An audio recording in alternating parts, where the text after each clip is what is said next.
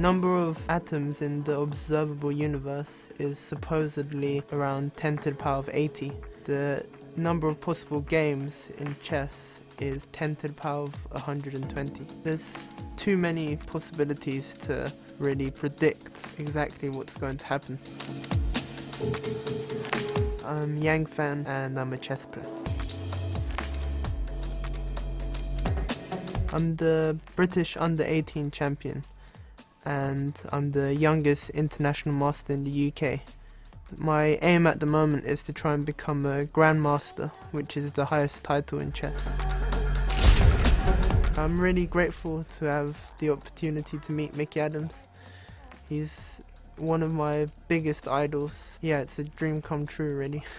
He's the equivalent of a top Premiership striker. He hardly ever loses.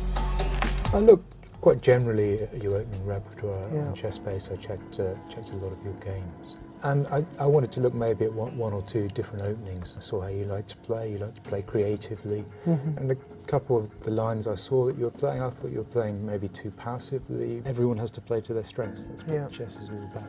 When I was younger, I bounced around way too much in the opening. I didn't think enough about my style. And it took me a long time, so I'm hoping I might save you a little bit of time by trying to point you in the right direction. So we'll let the chaos commence.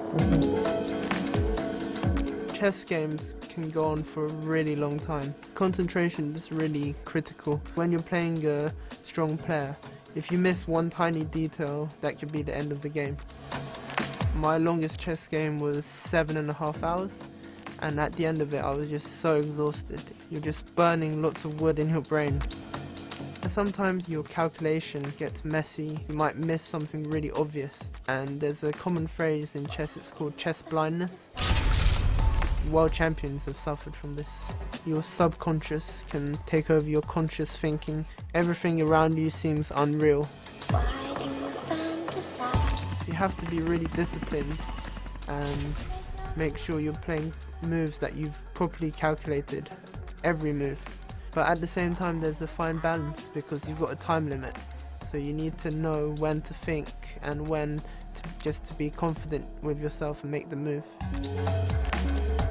Everything ultimately has to come from you. That's the way the game is. So I hope I've set you on the right path in a few areas, but I know that you'll be able to carry it on your own. I think I'm more aware about myself as a chess player and where my weaknesses and strengths are. Hopefully I'll be able to play Mickey Adams in the future as a Grandmaster myself.